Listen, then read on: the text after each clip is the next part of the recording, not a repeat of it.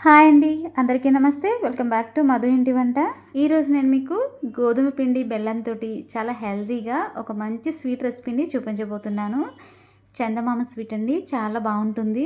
పిల్లలైనా పెద్దలైనా కూడా చాలా హ్యాపీగా తినేసేయచ్చు. ఎందుకంటే దీన్ని గోధుమ పిండితో చేస్తున్నాము, అలాగే పంచదార వాడకుండా బెల్లంతో ప్రిపేర్ చేస్తున్నాం కాబట్టి ఎవరైనా తినేయొచ్చండి. చాలా బాగుంటుంది. చాలా జ్యూసీగా ఉంటుంది. మనం గోధుమ పిండితో చేసిన స్ట్రక్చర్లో ఏ మాత్రం తేడా ఉండదు. టేస్ట్లో కూడా చాలా బాగుంటుంది. ఫస్ట్ టైం చేస్తున్న వాళ్ళు కూడా ఈ వీడియోని ఎక్కడ కూడా స్కిప్ చేయకుండా చూసారంటే మీరు కూడా ఎంతో టేస్టీగా ఉండే ఈ స్వీట్స్ని మీరు కూడా ఇంట్లో చేసి పెట్టేసేయచ్చు. ఎవరైనా గెస్ట్లు ఇంటికి వచ్చినప్పుడు, ఏవైనా పండుగలప్పుడు స్వీట్ తినాలనిపించినా ఇలా చేసుకోండి. చాలా బాగుంటుంది. పిల్లలకి కూడా ఈ షేప్ కూడా నచ్చుతుంది కదా, వాళ్ళు కూడా ఇష్టంగా తింటారు. ఈ స్వీట్లో మనం అస్సలు మైదా కానీ పంచదార కానీ వాడకుండా చేస్తున్నామండి.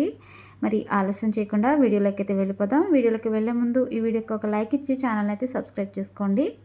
ముందుగా ఒక గిన్నెలోకి 1 కప్పు గోధుమ పిండిని తీసుకుంటున్నాను. దీంట్లోకి చిటికెడు సాల్ట్ వేసుకోవాలి. ఒక పావు టేబుల్ స్పూన్ వరకు వంట సోడా వేసుకోవాలి. పావు టేబుల్ స్పూన్ వరకు బేకింగ్ పౌడర్ కూడా వేసుకోవాలి. బేకింగ్ పౌడర్ లేకపోతే హాఫ్ టేబుల్ స్పూన్ వరకు వంట సోడా వేసుకుంటే సరిపోతుంది. 2 టేబుల్ స్పూన్ల వరకు నెయ్యిని వేసుకోవాలి, గుల్లగా వస్తాయి. అలాగే 1 టేబుల్ స్పూన్ పెరుగు కూడా వేసుకోండి. ఇవన్నీ వేసిన తర్వాత పిండిలో బాగా కలిసే విధంగా చేతితోటి బాగా కలిపేసేయండి. మనం చపాతీ పిండి ఏ విధంగా కలుపుకుంటామో ఆ విధంగా కలుపుకోవాలండి పిండిని. ఇప్పుడు వాటర్ని కొద్దిగా యాడ్ చేసుకోవాలి. ఒకేసారి వాటర్ వేయకుండా ఇలా కొంచెంగా యాడ్ చేసుకున్నామంటే పిండి మనకి లూజ్ అవ్వకుండా పర్ఫెక్ట్గా కలుస్తుంది.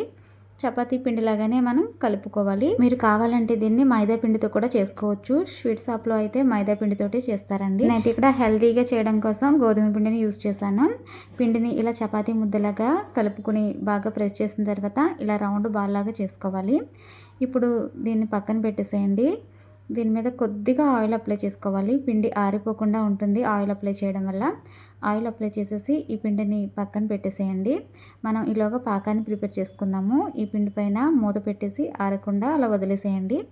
పిండి చక్కగా ఒక అరగంట నానుతూ ఉంటే బాగుంటుంది. ఈలోగా మనం పాకాన్ని ప్రిపేర్ చేసుకుందాము. స్టవ్ పైన ఒక కడాయిని పెట్టుకుని 1 కప్పు వరకు బెల్లాన్ని వేసుకోవాలి. మనం ఏ కప్పుతో అయితే పిండిని తీసుకున్నామో అదే కప్పుతో 1 కప్పు బెల్లాన్ని వేసుకోవాలి. అలాగే 3/4 కప్పు నుంచి 1 కప్పు వరకు వాటర్ వేసుకోవచ్చు. నేనైతే ఇక్కడ 3/4 కప్పు వాటర్ వేసుకున్నాను. మీరు ఎక్కువ క్వాంటిటీలో చేసుకున్న ఇవే కొలతల్ని ఫాలో అవుతూ చేశారంటే ఎన్నైనా స్వీట్స్ మీరు ప్రిపేర్ చేసేయచ్చు.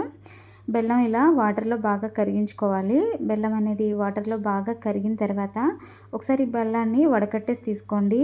బెల్లంలో మనకి కొంచెం డస్ట్ పార్టికల్స్ ఉంటాయి కదా, ఇలా స్ట్రైనర్తో వడకట్టి తీసుకోవడం వల్ల అవన్నీ స్ట్రైనర్లోకి వచ్చేస్తాయి. ఇప్పుడు ఈ పాకాన్ని అదే కడాయిలో వేసేసి జిగురు పాకం వచ్చేంత వరకు మనం కుక్ చేసుకోవాలి.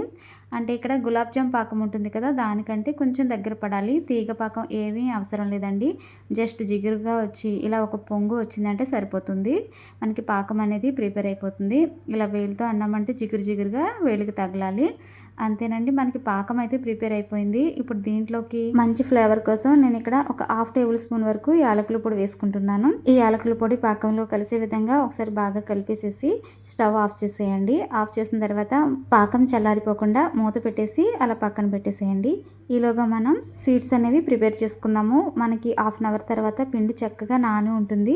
చూడండి ఎంత సాఫ్ట్ అయిందో. ఇలా 1 గంట కానీ అరగంట కానీ నానబెట్టుకున్న తర్వాత పిండి అనేది చాలా బాగుంటుంది. ఈ పిండిని బండపై కానీ కూరగాయలు కట్ చేస్తే చోపర్పై కానీ లేదంటే చపాతీ మేకర్పై కానీ పెట్టుకొని ఇలా చపాతీలాగా ఒత్తుకోవాలి. మరి పలుచగా ఒత్తుకోకూడదండి. 1/2 ఇంచు మందంతో ఒత్తుకుంటే మనకి కరెక్ట్గా మనం చేసే స్వీట్ అనేది పర్ఫెక్ట్గా వస్తుంది. ఇలా పిండిని పైన కూడా కొంచెం వేసుకొని చపాతీ కర్రతోటి చపాతీలాగా ఒత్తుకోవాలి. ఇలా చపాతీలా ప్రిపేర్ చేసేటప్పుడు మరీ లావుగా కాకుండా అలా అని పలుచగా కాకుండా ఇక్కడ నేను చూపిస్తున్నట్లుగా ఒక 1/2 ఇంచు మందంతో ఇలా చపాతీలాగా ఒత్తుకోవాలండి. చూడండి, ఈ మందం ఉంటే సరిపోతుంది. ఇప్పుడు దీన్ని మనం కట్ చేసుకుందాము. కట్ చేయడం కోసం నేను ఇక్కడ బాటిల్ క్యాప్ని యూజ్ చేస్తున్నాను. చిన్న సైజు కావాలంటే బాటిల్ క్యాప్ని యూజ్ చేయండి. మీరు పెద్ద సైజులో కావాలంటే ఏదైనా గ్లాస్ని కానీ యూజ్ చేసి ఇలా ముక్కల కింద కట్ చేసుకోవచ్చు. మీరు దేంతో కట్ చేసుకున్నా దానికి గోడు అనేది తప్పనిసరిగా ఉండాలండి. గోడు ఉంటేనే మనకి పర్ఫెక్ట్ షేప్ అనేది వస్తుంది. నేనైతే బాటిల్ క్యాప్తోనే ఇలా మొత్తం అన్నీ కూడా కట్ చేసి తీసుకున్నాను. చూడండి ఎంత బాగా వచ్చాయో. ఇదే విధంగా అన్నీ ప్రిపేర్ చేసి నేను ఒక ప్లేట్లో అయితే పెట్టేసుకున్నాను. ఇప్పుడు వీటిని డీప్ ఫ్రై చేసుకోవాలి. ఇప్పుడు స్టవ్ వెలిగించుకుని ఒక బాండి పెట్టుకోండి.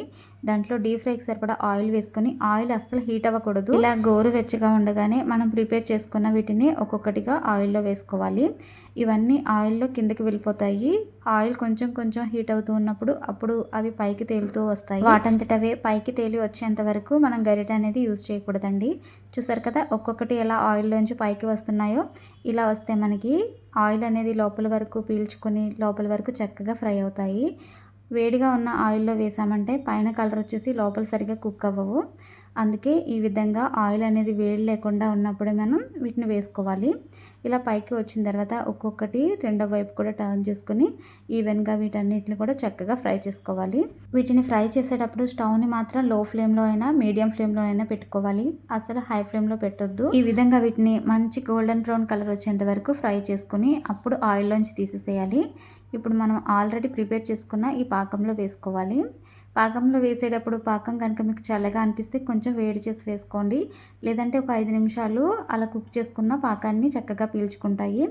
ఇప్పుడు ఒక గరిటెతోటి వీటిని రెండు వైపులా కూడా పాకాన్ని ఇలా పట్టించేసి మూత పెట్టేసి ఒక 15 నిమిషాల వరకు అలా వదిలేసేయాలండి. మూత పెట్టి పాకం అనేది వేడిగానే ఉండాలి. వేడిగా లేకపోతే ఒక 5 నిమిషాలు కుక్ చేసుకోండి.